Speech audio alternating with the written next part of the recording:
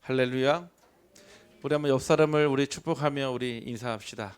당신은 물된 동산에 시냇가에 심은 나무입니다. 네. 왜 이렇게 인사를 길게 하냐? 네. 억지로도 다 외우게 하시려고. 두 개만 합쳐도 일단은 강단 말씀 제목은 다 외운 거 아니겠습니까? 한 번 더 고백합시다. 당신은 물된 동산에 시냇가에 심은 나무입니다. 네, 네, 아멘. 네, 우리 성도님들 응답받게 하려고 제가 별짓을 다 합니다. 예, 어쨌든 이 말씀이요 내 안에요 최대한 오랫동안 머물러야 돼요. 네, 결국 그게 전부인 것 같더라고요. 뭐 우리가 막 이렇게도 하고 막 저렇게도 하고, 특별히 우리가 이게 신앙에 뭔가 이렇게 한계가 오거나 신앙의 매너리즘에 빠지거나 뭔가 신앙에 뭔가 이렇게 딱 정체되었을 수도 있지 않습니까? 그러면은 우리가 막 애를 쓰거든요. 어쨌든 그 매너리즘에서 벗어나고 그 뭔가 그 딜레마에서 벗어나려고요. 결국은 하나님의 말씀으로 힘을 얻고 하나님의 말씀으로 되도전하며 하나님의 말씀으로 돌아가야 되는 줄 확신합니다. 그래서 가장 중요한 것이 있다면요, 결국 나의 영적 상태대로 내가 살아가고 또 내가 응답받습니다. 여러분의 영적 상태가 사실은 육신의 상태로 나타나며 영적인 상태가 결국 나의 삶의 가장 큰 기둥이요 가장 큰 버팀목이 됩니다. 그래서 여러분들의 영적인 상태가 결국 여러분의 삶으로 나타납니다. 오늘 아까 잠깐 병원에 다녀올 일이 있어서 병원 갔다 왔는데요, 치료를 해야 될 치료 시기를 놓치게 되면요 어떻게 되느냐, 병이 더 깊어져요. 나중에는 결국 몸이 다 망가져서 치료 시기를 놓치게 되면 있잖아요, 그때는요 째고 수술하고 뭘 해도요 치료가 될 수 없는 거예요. 이처럼요 우리의 영적인 상태가 보내는 무엇이 있냐, 영적 신호가 있습니다. 가장 첫 번째 보니까요, 나의 영적인 상태를 가장 점검할 수 있는 사실은 방법이요 예배예요. 혹여 내가 예배 시간에 참석을 한단 말이에요. 뭐 참석하냐 안 하냐 뭐 그거를 따지기보다는요, 참석을 했는데 내가 예배 시간에 많이 주무신다 하면은 그렇죠. 우리가 뭐 하루 종일 일하고 와서 또 이게 피곤할 수는 있지만요, 너무 존다 하면요 빨리 영적 상태를 캐치해야 돼요. 여러분, 주무시는 거를 가지고 제가 뭐라고 하는 게 아니라 말씀이 들려지지 않는 상태를 뜻하는 거거든요.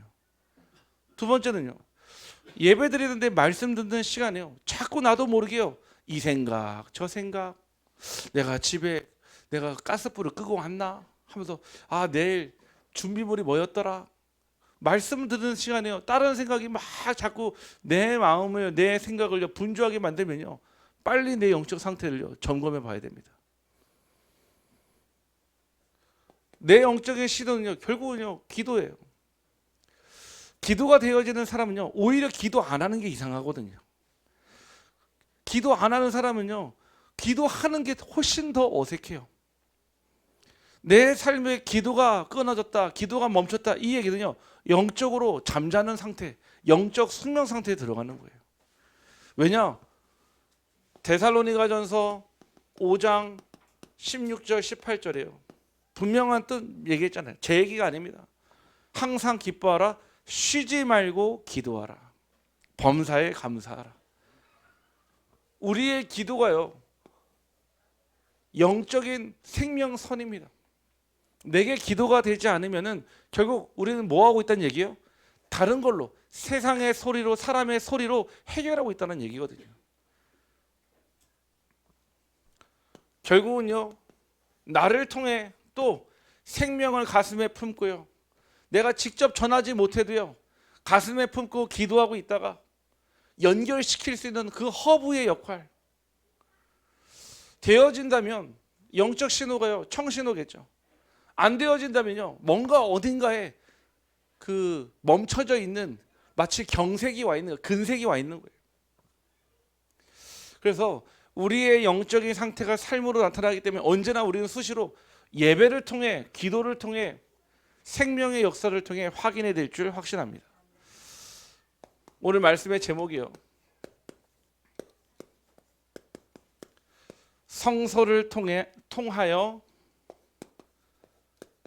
나온 물입니다. 우리가 다 잘 알고 있는 말씀이고요. 또 우리가 많이 묵상하고 있는 말씀인데요. 오늘 나의 영적인 상태에 좀 이 말씀을요, 딱 깊게 들고요, 묵상이 되어지면서 내게 이 성소를 통하여 흘러나오는 그 물이 내게 머물게 되기를 간절히 소원합니다.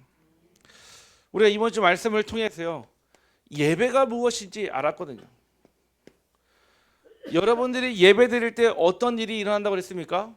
바로 첫 번째가 여러분들의 치유가 급속할 것이라고 그랬습니다. 이 치유는요, 단순한 질병의 치유를 넘어서요, 우리의 영과 혼과 육신 모든 것을 포함한 치유가 일어나는 시간이 예배의 시간이라고 그랬습니다.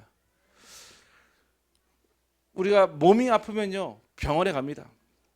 병원에 가가지고 뭐 하죠? 의사를 만납니다. 의사를 만나면 뭐 하죠? 내 아픈 거를 다 얘기해요. 내가요, 얘기 안 하면 있잖아요, 의사가요, 아무리 내 질병을 알려고 해도요, 사실은 많이 알 수가 없어요. 뭐 검사 결과로 알 수 있는 부분이 있지만은 내가 구체적으로 어떤 통증이 있고 어디가 아프고 뭐가 불편하고 쭉 얘기를 해야 돼요. 내 안에요, 영과 혼과 육신의 치유가 필요한 시간이 예배 시간인데, 예배 시간에요, 하나님과 내가요 가장 소통하는, 마치 환자와 의사가 진료보는 시간과 같은 시간이 예배 시간입니다. 그러면은 환자가 의사에게 감출 필요가 있겠습니까? 없죠. 오히려 내가 아픈 부분을 다 드러내야 돼요. 나의 무너진 자리, 나의 연약한 자리, 나의 가장 어떻게 보면 힘든 자리를 오픈하는 시간이 언제냐? 예배 시간이에요. 사람에게 하라는 얘기가 아닙니다. 하나님께요. 왜? 오직 하나님만이 치유하실 수 있기 때문에 그렇습니다. 예배 시간은요, 그냥 와서 말씀 보고요, 기도하고 찬양하는 시간 맞죠? 그런데 더 중요한 거는요, 내 안에 나도 모르는 내 자신의 치유가 일어난다니까요. 그래서 우리가 예배 드리고 나면요, 왜 뭔가 좀 다른 기분을 느끼잖아요. 뭔가 이 감정이요, 뭔가 뭐라 할까요? 뭔가 뭐 눈에 보이는 걸 받은 건 없는데 보이지 않는 뭔가 풍성한 것을 받아서 뭔가 한 주간이 두렵지 않고요, 뭔가 담대함이 생기고요, 내 안에 힘이 생기는 것, 내 안에 영과 혼과 육신에 치유되는 시간이 언제냐? 예배 드릴 때 일어나는 줄 확신합니다. 두 번째는요, 하나님의 공의가 여러분 앞에 선다고 그랬습니다. 즉 공의는요, 하나님의 기준을 뜻합니다. 여러분의 감정을 앞세우고 여러분의 주장을 앞세우고 여러분의 경험을 앞세우게 되면은 그것과 맞는 사람하고는 소통이 되겠죠. 근데 그것과 맞지 않는 사람하고는요, 절대 소통할 수가 없어요. 우리가 신앙생활을 해도요, 하나님의 기준이 아닌 나의 기준으로 하나님께 나아간다면 하나님은 그 예배를 받아들일 수가 없습니다. 누가 그랬죠? 가인이 그랬잖아요. 가인이 예배 안 드린 게 아닙니다. 가인이 하나님 앞에 예배 드렸어요. 오히려 아벨보다 더 많은 헌신, 더 많은 노력, 더 많은 것을 가지고 예배 드렸는데 하나님은 안 받으셨어요. 왜요? 하나님은 정성을 안 받습니까? 아니, 오히려 가인이 더 수고했는데요. 하나님의 기준, 예수가 그리스도라는 사실, 그 그리스도의 피 흘림과 그 그리스도가 나의 주인 되어지는 그 예배가 아니었기 때문에 가인의 예배는 받을 수도 없는 예배예요. 우리가 같은 예배 자리에 있어도요, 나의 공의와 나의 정의를 가지고 예배 드릴 때 하나님은요, 그 예배를요 받지 않으십니다. 하나님은 여러분들이 하나님의 중심으로 하나님의 기준으로 예배 드릴 때 기뻐 받으시는 줄 확신합니다. 우리가 예배 드릴 때 하나님의 영광이 여러분들을 호위한다고 그랬습니다. 여러분을요, 백그라운드, 쫙 여러분의 배경이 되어준다는 얘기예요. 형통이란 말을 하셨죠. 형통이란 말은요, 하나님이 뒤에서 여러분을 밀어주신다라는 뜻입니다. 아니, 여러분들이 하나님이 여러분의 배경이 되는데 무엇이 두렵겠습니까? 어제 우리 어떤 랩런트 한 명이요 연락이 왔어요. 목사님 기도 제목이 있습니다. 그래서 무슨 기도 제목이 아니냐 물어보니까 이제 나의 이제 대학생밖에 안 됐는데 자꾸 몸에요 좀 이상한 변화가 생겨가지고 너무 피곤하고 막 갑자기 코피도 흘리고 병원에서 좀 이상하다 해서요 골수 검사를 했다는 거예요. 골수 검사. 우리가 뭐 피 검사, 뭐 혈압 이런 거 하는 게 아니라 골수 검사한다는 얘기는 일단은 뭔가 좀 중대한 질환이라는 얘기겠죠. 그래서 병원에서 조심히 얘기하기를 백혈병이 의심된다 이런 얘기를 하는 거예요. 이제 20대 초반인데요. 그래서 목사님 기도해 주십시오 하고 연락이 왔어요. 그래서 그래 분명한 하나님의 이유가 있지 않겠냐. 그래서 제가 이 얘기를 해줬어요. 이번 주 우리 강단의 말씀인데 진짜 예배 가운데 하나님은 그 만약에 혹여 백혈병일지라도 하나님은 치유하시고 하나님의 공의를 세울 줄 확신한다. 끝까지 기도하자. 혹여 진짜 진단을 받게 된다 하더라도 내가 함께 같이 기도하겠다 얘기를 했거든요. 여러분들 하나님은요 죽은 자도 살리시며 없는 것을 있게 하시는 전지전능하시는 분이 우리 하나님인 줄 확신합니다. 제가 이 얘기를 하는 이유는요 하나님을요 그냥 무조건 맹신하자 이 얘기가 아니에요. 막 무조건 예수님 하나님 믿으면은 무조건 낫고 무조건 잘 되고 무조건 부자 된다 이 얘기가 아니에요. 원리를 알아야죠. 절대 우리가 버릴 것이 있다고 그랬습니다. 세 가지를 얘기했거든요. 그 첫 번째가 내 안에 눈에 보이지 않지만 나를 누르고 있는 짐, 멍해가 있다라는 거예요. 이 멍해가요 내 안에 다 갇혀 있으니까요. 이 멍해가요 내 삶을요 늘 누르고 있는 거예요. 마태복음 11장 28절에 수고하고 무거운 짐이 돼서 한 번도 인생을 살면서 이 짐을 내려놔 본 적이 없는 거예요. 그러니까 그렇게 사는 게 당연하게 생각을 하는 거죠. 결국 모든 문제는 내 문제가 아니야. 다른 사람 문제야. 결국 이 손가락질, 즉 무슨 얘기입니까? 하나님이 기준되지 않으니까 모든 것을 세상의 탓으로, 다른 사람의 탓으로, 내 탓으로 돌리는 손가락질. 결국 영적으로 전혀 도움이 되지 않는 오히려 죽이는 허망한 말이요 내게 딱 남는 거죠. 오늘 여러분들이 이 멍해와 이 손가락질과 그 허망한 말을 완전히 내려놓기를 주님의 이름으로 축복합니다.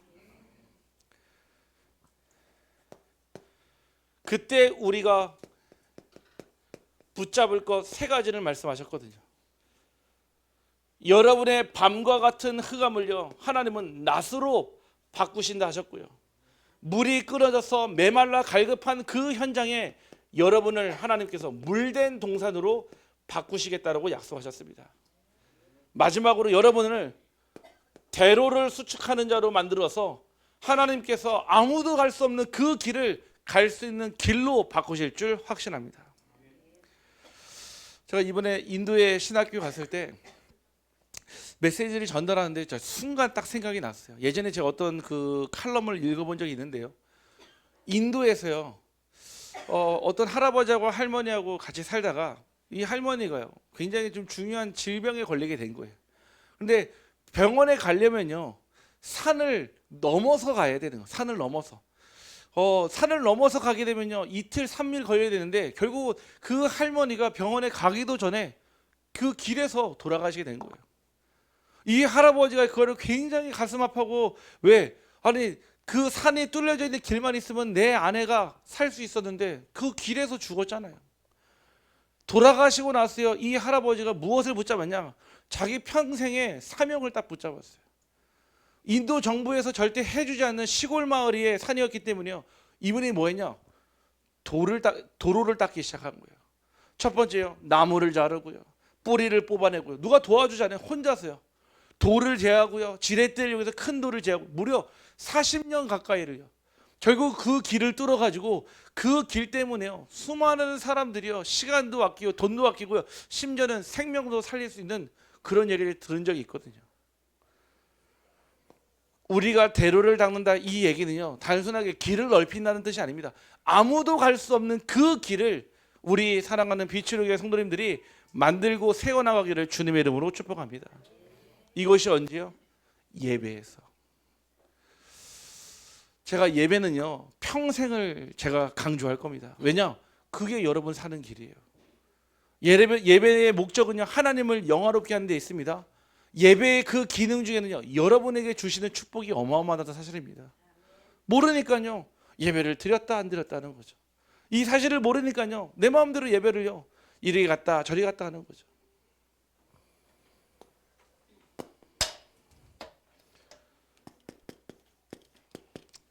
자, 그러면 오늘 말씀에 보니까요 많은 중요한 말씀이 나왔어요. 제가 사실은 오늘 본문의 말씀을 좀 줄일까 하다가 아니다, 차라리 이거는 다 읽어보는 게 훨씬 낫겠다 했습니다. 오늘 본문 말씀에 굉장히 좀 깊은 중요한 내용이 나왔는데요, 무엇이 나왔냐면은 중요한 말씀에 여러분의 영적 상태와 관련 있는 영적 깊이에 대해서 말씀이 나왔습니다. 첫 번째 보니까요 이 물이요 어디에서 나왔습니까? 성소에서 흘러났다는 거예요. 성소는 무엇을 뜻합니까? 하나님의 전이 거하시는 곳이에요. 하나님의 임재가 있는 곳, 하나님의 함께 하시는 그곳, 결국 하나님의 말씀이 성취되는 그 현장에서 흘러나온 하나님의 말씀을 뜻합니다. 그 말씀이 어디에서부터요? 성전 문에서 동쪽으로 남쪽으로 계속 흘러내리더라. 즉 하나님의 말씀은요 절대 고여 있으면 되지 않습니다. 흘러가야 합니다. 나를 통하여 우리의 가정으로, 우리의 가정을 통하여 우리의 가문으로, 우리의 가문을 통하여 지역과 현장과 업과 우리가 만나는 모든 인간관계 속에 하나님의 말씀이 흘러가기를 간절히 원합니다. 물이 어디에 차올랐습니까? 발목에 차올랐다 했습니다. 바로 신앙의 첫 걸음을 뜻합니다. 중요하죠. 무엇이요? 바로 첫 걸음을 어떤 물에다가 사실은 담그느냐가 중요합니다. 만약에 이 첫 걸음이요 꾸정물이라면요, 그 꾸정물에서요 계속 나중에 발목이 차고요, 무릎이 차고, 허리가 차고요, 심지어 창백히 되면 어떤 일이 일어나겠습니까? 흑암에게 완전히 사로잡히게 되는 거예요. 우리가요 처음에는요 창세기 3장에 하나님 떠난 문제에서 태어났기 때문에요 우리가요 그 꾸정물에서요 절대 지워지지 않는 그 흑암에서 사실은 첫 걸음을 내디뎠거든요. 그런데 우리가 이 복음에서 이 발을 담궜다, 그 발이 발목까지 차올랐다, 이 얘기는요 아주 중요한 우리의 신앙의 방향이 결정되는 곳입니다. 이게 왜 중요하냐면요, 우리 새신자들이요 처음에 어떤 신앙이 들어갔느냐에 따라서요 평생 신앙이 결정돼요. 제가 예전에 봤던 어떤 한 분을 보니까요 전도를 딱 했어요. 자기 이제 후배를요, 직장 후배를 전도해가지고 딱 왔는데 이분이 아주 중요한 팀 사역을 딱 한 거예요. 뭐라고 그랬냐? 교회는 매주 나올 필요 없다. 너무 자주 나오면은 피곤하게 하니까 한 달에 한두 번 정도는 빠져도 돼. 이거를 처음부터 딱 넣어준 거예요. 그러니까 그 얘기가 들어가니까 무슨 일만 있으면 그냥 교회 빠지는 거예요. 근데 나중에 알고 보니까요 결국 그 신앙을 따라가니까 지금은요 교회에서 사라져 버렸어요. 왜냐? 처음부터 어떤 신앙이 들어갔느냐가 너무나 중요하다는 얘기예요. 신앙의 첫 색깔이 너무나 중요한데 우리가 다른 색깔, 인본주의의 색깔, 그냥 기복의 색깔 들어가는 순간요 결국 그 신앙이요 평생을 좌우합니다. 발목까지 오는 물은 있잖아요. 어떻습니까? 쉽게 들어가고 쉽게 나올 수 있는 물입니다. 그렇죠. 우리가 처음에 신앙생활을 할 때도요 가볍게 교회에 올 수 있고요 또 가볍게 금방 나올 수도 있습니다. 결국 저 중요한 거는 은혜의 강으로 들어가기 시작했다는 거예요. 여러분들이요 처음 신앙생활 때 한번 생각해 보십시오. 이 자리에 앉아서 이 교회 나오기 전까지요 어떤 마음이었는지요. 다 누구나 뭔가 두려운 마음, 또 걱정되는 마음, 또 설레는 마음. 근데 교회에 와서요 이 말씀이 내게 들어오고 행복의 기준이 되고 평안의 기준이 되면요 오면 올수록요 나도 모르는 사이에 치유가 일어나는 거 있죠. 이처럼요 물이 발목까지 와 있다, 이 얘기는요 신앙의 첫 걸음을 뜻합니다. 그래서 언제 이렇게 되겠습니까? 바로 예배의 발을 담그기 시작할 때입니다. 즉 예배의 시작을 할 때부터입니다. 그리고 하나님의 말씀 앞에 멈추는 시간표가 있습니다. 그리고 하나님께 마음을 돌이키는 시간표가 있습니다. 중요해요. 특별히 첫 신앙을 시작하는 우리 새신자들에게요, 어떤 복음의 색깔을 넣어주느냐가 가장 중요합니다. 그래서 우리는 무엇을 전달해야 됩니까? 오직 복음을 전달해야 됩니다. 사람을 의지하고 사람을 바라보고 우리 교회에 어떤 좋은 사람들이 많다, 그것을 넘어서 이 교회는 오직 복음만 말한다, 이게 각인되어야 될 줄 확신합니다. 이처럼요, 물이 발목까지 차올랐을 때는요, 내가 마음대로 첨벙첨벙 돌아다닐 수가 있어요. 하지만요, 물이 무릎까지 차오른다면 또 얘기가 다릅니다. 물이 무릎까지 차오르게 되면은 결국 어떻게 되겠습니까? 무릎은 무엇을 뜻합니까? 기도의 자리를 뜻합니다. 이제는 물이요, 내 발목을 지나서 무릎까지 돌아오니까요, 돌아다닐 수 있어도요, 돌아다니는데 제한을 받거든요. 결국 기도의 자리로 들어가는 단계입니다. 물이 무릎까지 차올랐다는 얘기는 이제는요, 하나님과 소통이 되기 시작하는 단계로 들어간다는 뜻입니다. 기도의 자리를 통해서 나의 자리를 회복하게 되고요, 두 번째는 무릎을 꿇는 시간이 됩니다. 이제 하나님 앞에 모든 절대 주권을 인정하는 순종의 시간표가 딱 오기 시작하죠. 그러지 않습니까? 우리 새신자분들이요, 은혜 받고 교회에 와서요, 계속 신앙생활을 하면 할수록요, 무엇을 느끼게 됩니까? 하나님의 절대 주권을 느끼게 됩니다. 결국 그 오직 복음 앞에 무릎 꿇는 그 시간표가 반드시 올 줄 확신합니다. 그러면서요, 하나님을 의지하는 마음이요, 더욱더 커지게 됩니다.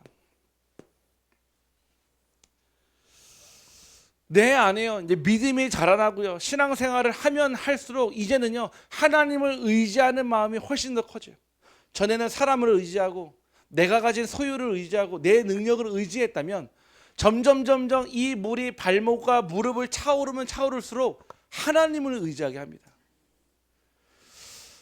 제가 오늘 우리 이분희 권사님 아드님을 모시고 병원에 다녀왔거든요. 근데 병원에 가는데 좀 건강 상태가 좀 많이 심각한 상태였어요. 그래서 사실은 막 수술을 막 받아야 되는, 병원에서, 모든 병원에서는 다 수술을 해야 된다 이렇게 안내하는 상황이었거든요. 근데 뭐 수술이 쉽습니까? 사실은 허리 협착 수술이면은 거의 뭐 6개월 이상은 걷지 못하고요, 수술돼도 얼마큼 회복될지는 그걸 알 수가 없거든요. 사실 아직 나이도 60이 안 됐는데요. 그 가운데 기도하면서 좀 우리 좀 잘 하시는 그분께 좀 연락을 드리고 오늘 가는 모든 사이에 제가 무엇을 했냐면은 이 기도를 했어요. 하나님, 우리 저 성도님을 위해서, 우리 금재혁 씨를 위해서 20년 넘게 기도하는 부모가 있고 자녀가 있고 또 형제들이 있는데, 하나님 그 기도에 응답하는 자리요, 그 기도에 하나님 하시는 것을 보게 하여 주옵소서 기도했거든요. 아침에 이제 일찍 출발해서요, 병원에 딱 도착을 했는데 아니나 다를까 우리 해주시는 사모님이요, 너무 늦게 왔다는 거예요. 사실은요, 조금 더 빨리 오면 더 치유가 더 빠를 텐데 너무 늦었다는 거예요. 그러면서 이제 쭉 안내했는데 그래도 가능하다는 거예요. 가능하다. 왜 가능하냐? 본인에게 의술이 있고 본인에게 뛰어난 의료 지식이 있어서가 아니라 기도하는 사람이기 때문에. 그 얘기를 하시더라고요. 어머니가 기도하시고 담임 목사님이 기도하시기 때문에 하나님 역사하시지 않겠습니까? 이 얘기를 하시더라고요. 아멘. 제가 지금까지 들었던 그 어떤 의료 정보나 그 뭔가 치료 의지보다도 기도하기 때문에 치유된다니까 더 확신이 생기더라고요. 이제 앞으로 6개월 제가 이제 틈 나는 대로 이제 모시고 가서 병원에서 이제 치료를 계속 도우려고 합니다. 제가 말씀드렸어요, 우리 권사님한테. 제가 6개월 동안 다니면서 절대 교회 나오라 얘기 안 할 거라고. 왜냐? 하나님께서 저절로 이끄셔서 이 자리에 앉게 하실 줄 확신합니다. 우리가요, 물이요 무릎까지만 차올라도요 하나님을 의지하는 그 마음이 딱 생겨요. 사람을 의지하지 않습니다. 세상을 의지하지 않아요. 내가 믿는 그 하나님이 나의 영광이 되고 호위하시는 그 하나님이시기 때문에 그렇습니다. 결국 이때부터는요, 나의 삶의 방향이 중요한 것이 아니라 이때부터는 더 중요한 삶의 중심이 움직이기 시작합니다. 내가 나아가고자 하는 그 방향대로 가는 것이 아니라 하나님 내게 주시는 중심대로 나의 삶이 따라가게 되어 있습니다. 결국 이 물이 허리까지 차오른다고 그랬습니다. 이제는요, 내가 가진 모든 힘과 삶 전체를요, 하나님께 드리는 삶이 됩니다. 허리까지 이제 물이 차오르니까 이제는요, 안에서 돌아다니는 것 자체가 이제 불가능하게 됐어요. 하지만 아직까지 내가 살아있기 때문에요, 다만 나의 모든 남아있는 힘과 삶 전체를요, 하나님께 완전히 방향을 맞추는 그런 삶이 됩니다. 허리는 무엇을 상징합니까? 힘을 상징해요.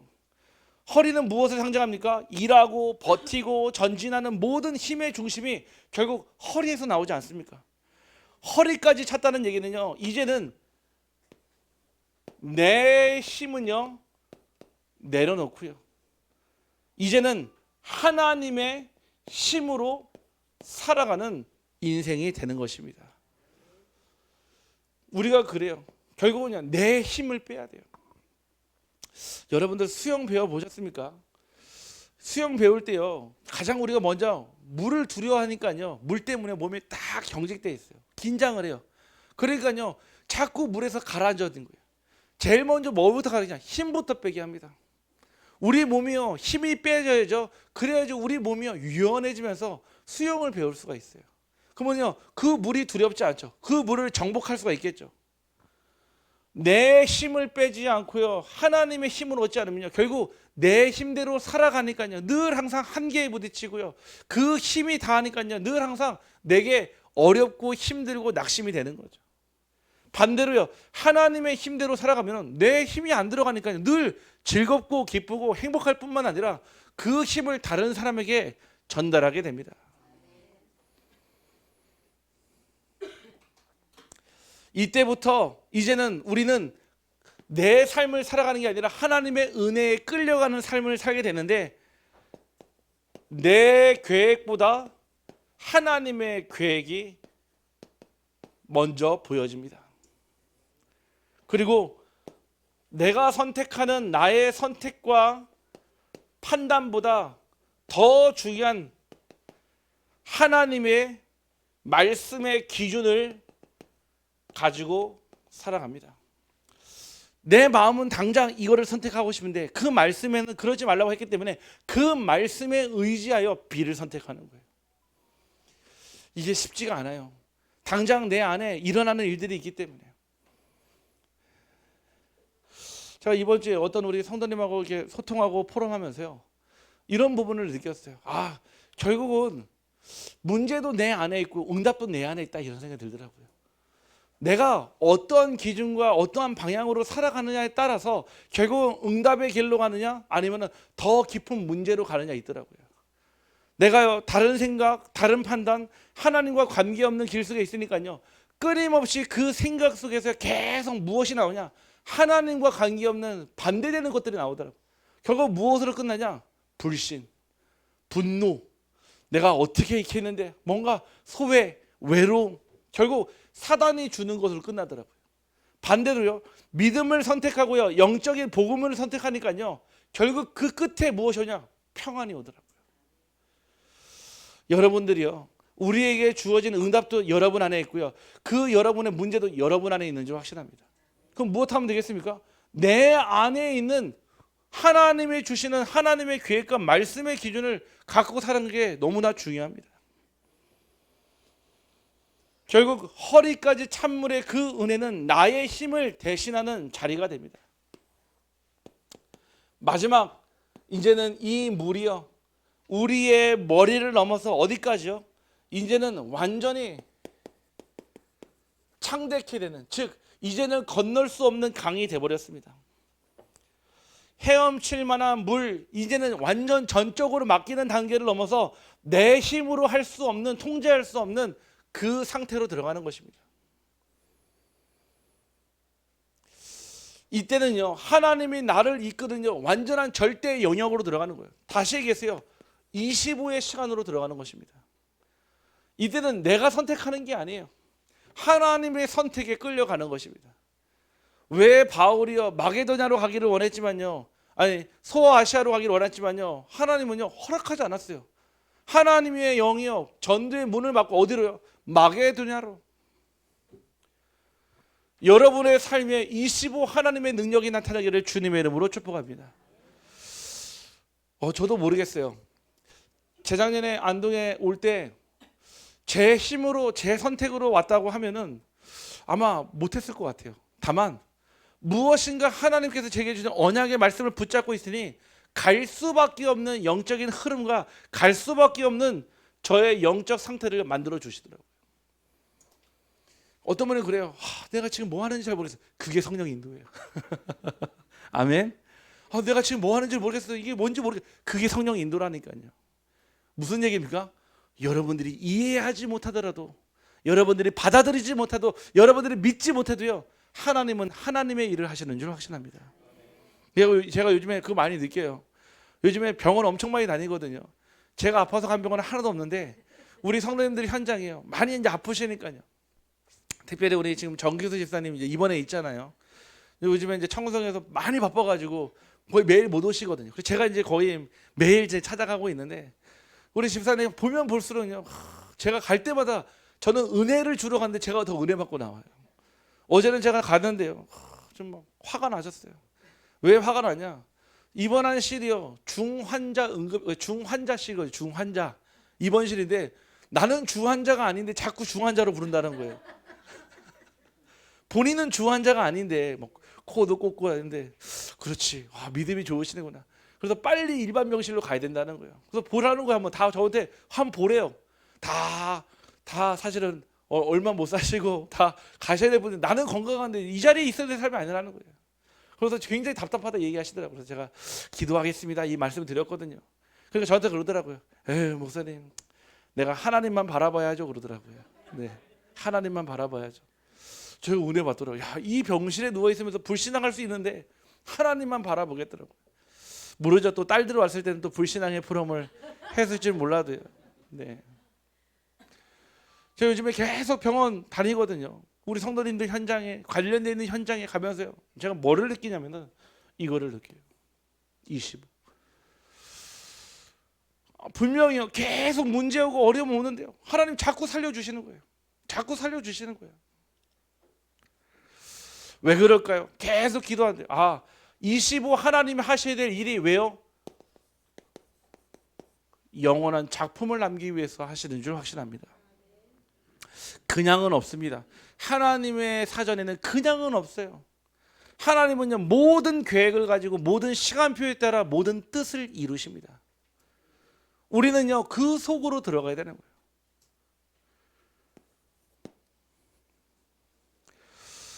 결국은요, 이 시간표요, 이제는요, 내 발로 걷지도 못하고요, 내 힘으로 서 있을 수 없고, 이제는 하나님의 은혜에 떠다니는 단계가 됩니다.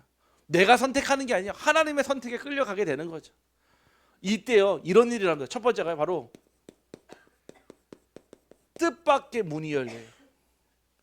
그 전에는 그렇게 열리도록 기도했는데 안 열렸던 문이요, 이제는 내 시간표, 내 운명을 하나님께 맡겨버리니까요, 뜻밖의 문이 열립니다. 그게 무엇입니까? 바로 하나님의 절대 시간표가 성취되는 시간입니다. 인간의 계산이 아닌 하나님이 준비하신 절대 시간표가 열리는 단계이기 때문에 문이 열리는 것이 아니라 하나님이 문 앞에 나를 데리고 오는 시간표인 줄 확신합니다. 그래서 여러분들이 거기에는요, 계산이 필요 없어요. 이렇다 저렇다 좋다 싫다 할 필요가 없습니다. 25 하나님의 시간 속으로 들어가니까요, 여러분들이 상상할 수 없는 하나님의 절대 계획이 성취되게 됩니다. 아니 요셉이요 감옥에 있었는데 그 감옥에 있는 죄수가요 어떻게 총리가 되겠습니까? 말이 되겠습니까? 아니 뭐 조금이라도 비슷하든지 9급 공무원이든 7급 공무원이든 했을 때 총리가 되면 몰라도요 완전 밑에 있는 죄수가요 어떻게 총리가 되겠냐고요. 하나님 그 꿈을 통해서 하나님이 그 요셉을요 총리의 자리에 앉혀놓지 않습니까? 아멘. 하나님은요 우리가요 그냥 막 믿으니까 막 하나님이 갑자기 만들어 주신 게 아닙니다. 우리의 삶을요 완전 하나님께 맡겨 버리니까 하나님이요 여러분들이 상상할 수 없는 그 문을 여시고 절대의 계획을 성취하십니다. 그 자리는요 여러분들이 생각한 길이 아니에요. 여러분들이 상상한 길도 아닙니다. 오직 하나님만이 예비한 길이며 내 계획이 아니라 하나님이 숨겨두신 절대의 계획이 드러나는 시간입니다. 네 번째는요 어떤 자리냐? 세상의 말로 설명할 수 없는 치유와 회복의 시간표입니다. 세상에서는 안 된다고 하는데요. 사람들은 안 된다고 하는데요. 하나님만 하실 수 있는 세상의 언어로 세상의 지식으로 설명할 수 없는 일들이 일어난다는 겁니다. 우리가 흔히 이런 얘기를 기적이라고 얘기하죠. 여러분들 기적도 매일 일어나면 기적이라고 부르지 않습니다. 아멘. 여러분의 삶에 하나님의 기적이 매일 나타나기를 주님의 이름으로 축복합니다. 네. 누가 그랬습니까? 출애굽의 애굽 백성이 그랬잖아요. 아니 이 이스라엘 백성들 매일 아침마다 만나를 먹잖아요. 그거 기적 아닙니까? 근데 먹는데도 기적인 줄 몰라요. 맨날 체험하니까요. 저는요 그런 일들 너무 많이 경험했어요. 제가 어떤 현장에 전도하러 딱 갔는데요. 절대 전도할 수 없는 정말 꽉 막혀 있는 현장. 그 누구도 문 열어주지 않고 그 누구도 만나주지 않는 현장이거든요. 그러면 대부분 거기서 뭐 합니까? 야 하나님의 시간표가 아닌갑다. 다음에 오자. 그러고 말거든요. 그래서 제가 분명히 성령님도 받고 갔는데 모든 문이 다 닫혀진 거예요. 그래서 제가 그랬어요. 그러면은 닫혀진 게 중요한 게 아니라 하나님께서 안 열었다는 얘기는 아직 준비가 안 됐다는 얘기 아니겠냐. 그럼 무엇하면 되겠냐. 기도로 준비하자 그랬거든요. 그래서 제가 이 현장을 두고 뭐 했냐면 25 했어요. 24를 넘어서 그 현장에 예비되어 있는 곳에 하나님이 원하시는 걸 찾기 위해서 25로 들어가니까요. 정말 하나님이요 누구에게요? 25 하는 사람에게 보여주는 응답을요 숨겨둔 걸요 드러나게 하시더라고요. 제가 그 사역을 딱 보고 나서 무슨 생각했냐? 아 하나님은 지금도 25의 응답으로 우리와 함께 하십니다. 지난주 우리 주일에요 우리 베트남 분들 오셨잖아요. 심지어는요 그 베트남 분이요 한국 사람을 전도해서 또 데려온 거 아십니까? 한국 사람을요. 한국 분이 베트남 사람을 데려온 게 아니라 베트남 사람이 한국 분을 모시고 왔다니까요. 참 신기하죠. 심지어 저는 처음 봐서 다민족이 교회에 뭐 가져오는 게 쉽지 않거든요. 본인들도 사실은 먹고 살기 어렵기 때문에요. 네, 우리 여러분 드셨잖아요. 배추 맛있게 드셨죠? 네, 우리 다민족이 교회 처음 오면서 아마 하나님께 드릴 헌금 헌물로 아마 가져오신 것 같아요. 전 처음 봤어요. 다민족이 그렇게 하는 한국 사람 전도하고 배추 가져오는 거 저 처음 봤거든요. 설명할 수 없어요. 우리 지역에 누가 살고 있는지 설명할 수 있습니까? 없어요. 그러니까요 우리 지역 곳곳에서요 우리 성도 현장에서 어떤 분이 이 베트남어 한국말 잘하는데요. 그래서 어제 만나가지고 잠깐 어떻게 보면 시간표 보려고 만났거든요. 이처럼요 말로 다 설명할 수 없는 치유와 회복은 지금도 일어나는 줄 확신합니다. 결국은요 하나님의 손에 모든 것을 맡기는 절대 주권의 응답이 바로 물이 창대케 될 때 일어납니다. 하나님의 절대 주권은 지금도 유효합니다. 생, 사, 화, 복, 흥, 망, 성, 세. 여러분들이 살고 죽고 복을 받고 저주를 받고 흥하고 망하고 모든 것이요 어디에 있다고요? 하나님 손에 다 있어요. 그러면은 우리가 그 하나님의 절대 주권을 인정하면 무엇이죠? 가장 빨리 응답받아요. 인정하지 않으면 인정하지 않는 만큼요 고생합니다. 내가 사는 삶이 아니라 이제는 하나님의 절대 주권 속에 하나님이 나의 삶을 끌어가는 그 삶을 살기를 간절히 소원합니다. 그래서 이제는 내가 사는 삶이 아니에요. 하나님이 살려주시는 삶을 사는 것입니다. 우리 한번 옆 사람을 축복하며 인사합시다. 당신은 하나님이 살려주시는 삶을 살고 있습니다. 아멘. 우리가 사는 삶인 줄 알았죠? 여러분들이 비타민을 잘 먹고 영양제 잘 먹어가지고 여러분들 오랫동안 잘 사는 줄 알았죠? 운동 잘하고 여러분들이 건강한 거 많이 먹어서 이렇게 건강하게 잘 사는 줄 알았죠? 천만의 말씀입니다. 아무리 내가 운동 열심히 하고요, 아무리 열심히 내가 비타민 40알 50알 먹어도요, 하나님 부르시면 그날 가야 돼요. 그 얘기는요, 그러면 막 내 몸을요 마음껏 막 마음대로 하라 이 얘기가 아닙니다. 당연히 관리해야 되죠. 이유가 있으면 그렇게 해야 되겠죠. 이유 없이 관리하면요, 오히려 하나님과 반대되는 길로 가게 됩니다.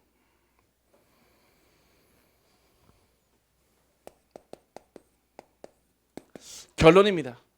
오늘 말씀의 후반절에 12절에 보니까요, 광자우가에는 각종 먹을 과실나무가 자라서 그 잎이 시들지 아니하며 열매가 끊이지 아니하고 달마다 새 열매를 맺으리니 그 물이 성소를 통하여 나옴이라.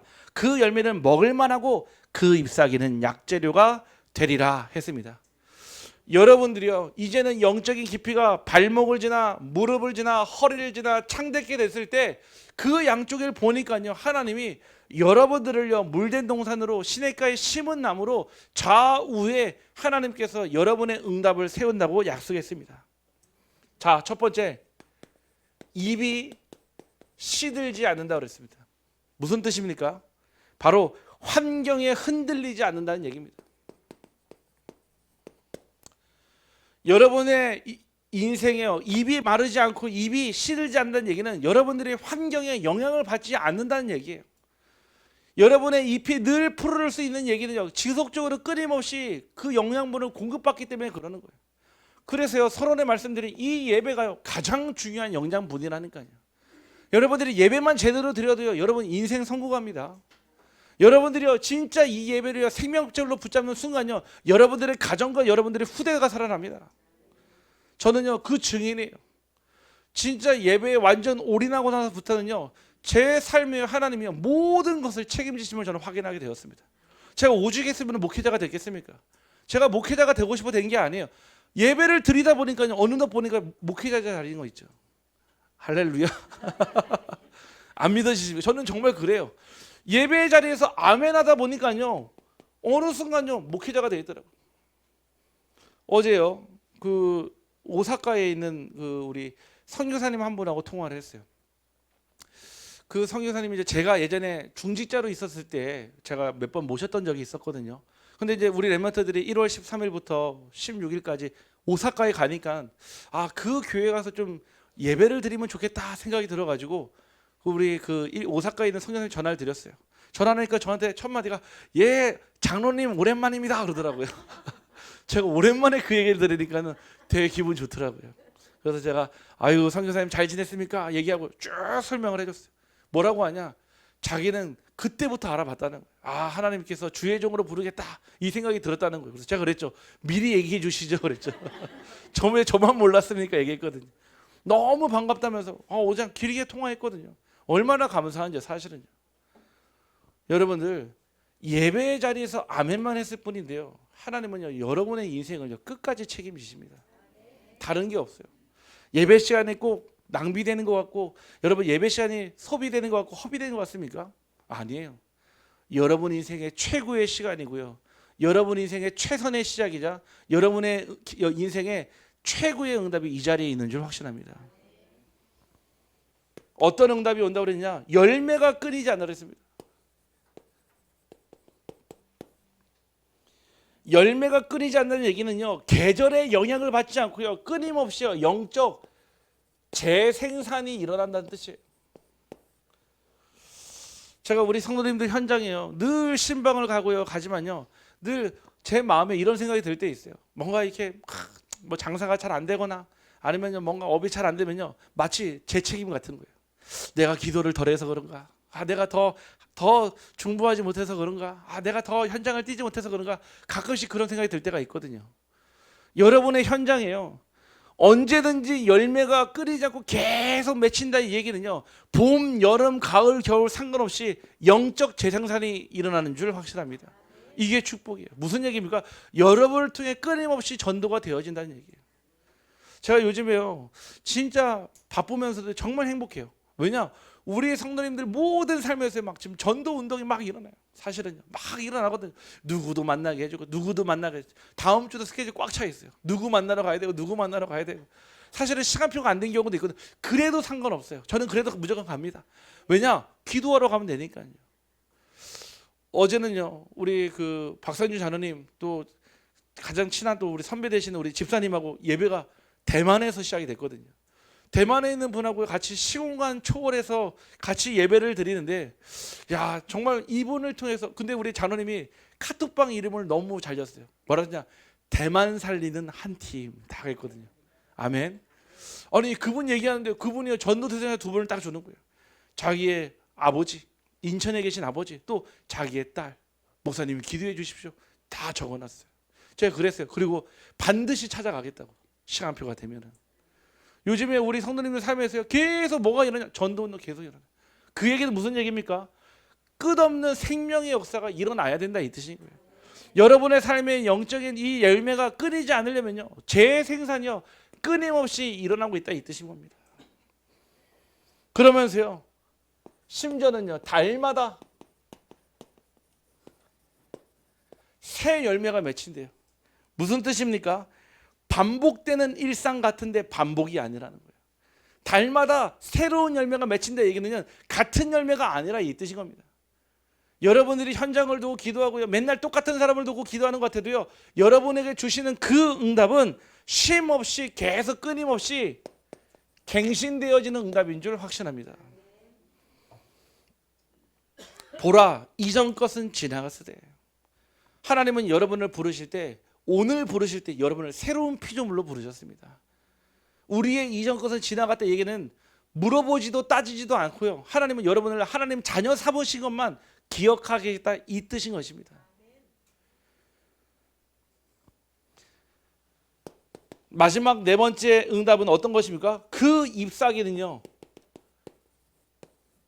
약재료가 된다고 그랬습니다. 결국 이 예배의 축복을 누리는 가운데 그 말씀의 영적 깊이가 발목을 지나 무릎을 지나 허리를 지나 여러분의 머리를 지나 창대케 되면은 여러분 곁에 여러분 자신이요 하나님의 풍성한 시냇가에 심은 나무가 될 뿐만 아니라 그 잎사귀가 약재료가 돼서 여러분들을 치유하고 여러분 모든 주변을 살리게 될 줄 확신합니다. 결국 이 응답을 우리에게 약속하신 거예요. 단순하게 그냥 물된 동산에 시냇가에 심은 나무 야 좋대가 아니라 그 구체적인 응답들을 여러분에게 주시겠다라고 약속하셨습니다. 그래서 어디에서요? 성소에서 흘러나온 물.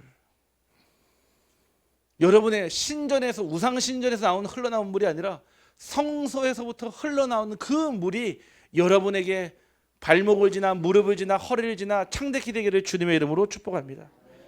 그래서요 제가 이 말씀을 계속 묵상하면서 그렇지 나는 지금 어디에 있는가 질문하셔야 돼요. 지금 여러분은 여러분 마음대로 왔다 갔다 할 수 있는 발목에 와 있습니까? 아니면은 조금 무릎까지 차올라서 이제 조금 하나님 앞에 기도하고 기도의 자리를 지키고 계십니까? 아니면 여러분의 허리까지 차올라서 이제는 내 힘이 아닌 하나님의 힘에 내 인생을 맡기고 살아가고 있습니까?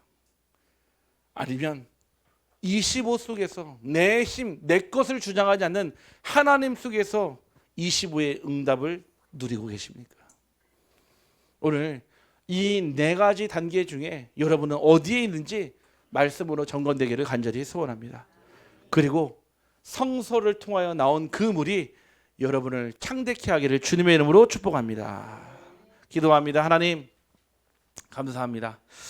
오늘 우리를 하나님의 자녀로 부르시고 절대 주권 가운데서 우리를 지금까지 여기까지 인도하신 에베네셀의 하나님께 감사를 드립니다.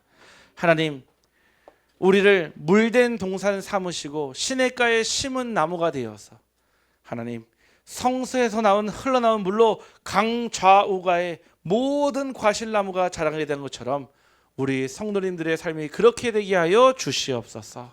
하나님 이 시간 내 안에 하나님 결국 나를 붙잡고 있는 내 불신앙과 나를 붙잡고 있는 믿음 없음을 아시고 하나님 이 시간 나를 세워주시고 25 속으로 들어가게 하여 주시옵소서. 예수 그리스도 이름으로 기도하옵나이다.